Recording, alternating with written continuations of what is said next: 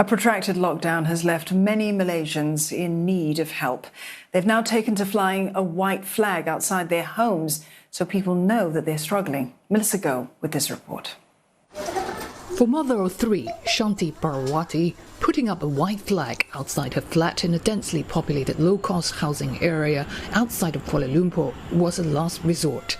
The indefinite lockdown has rendered her jobless with zero income, and on top of that, her husband left, leaving her to fend for her children alone. Oh, saya tengok TikTok semua orang buat macam tu. Saya kata tak apalah, okey tu pasal saya semalam ikat saya taruhlah. Saya semalam taruh, tengok hari ini sudah, saya terima kasih Tuhan aja.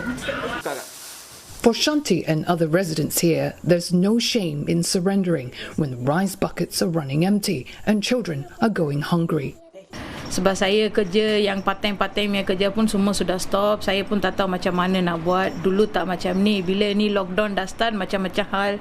Lagipun saya kesiankan anak saya juga. Saya pun tak tahu siapa mereka mau minta bantuan. It's ground zero here. In fact, almost the entire state of Selangor, which is the most industrialized and the richest, has succumbed to the pandemic. Now here in Kuala Lumpur, at least 14 localities have been put under enhanced movement control order indefinitely, where no visitors are allowed in, and the police have said that there's no reason for anyone to be out after 8 p.m.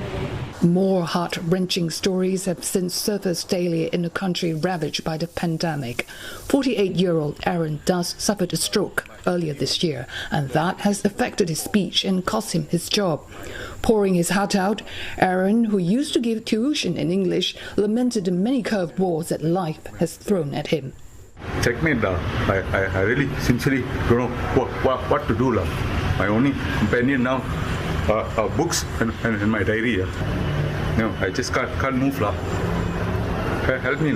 His plea for help did not go unanswered. The local council has since paid him a visit and promised to help him with his medicine and other daily essentials.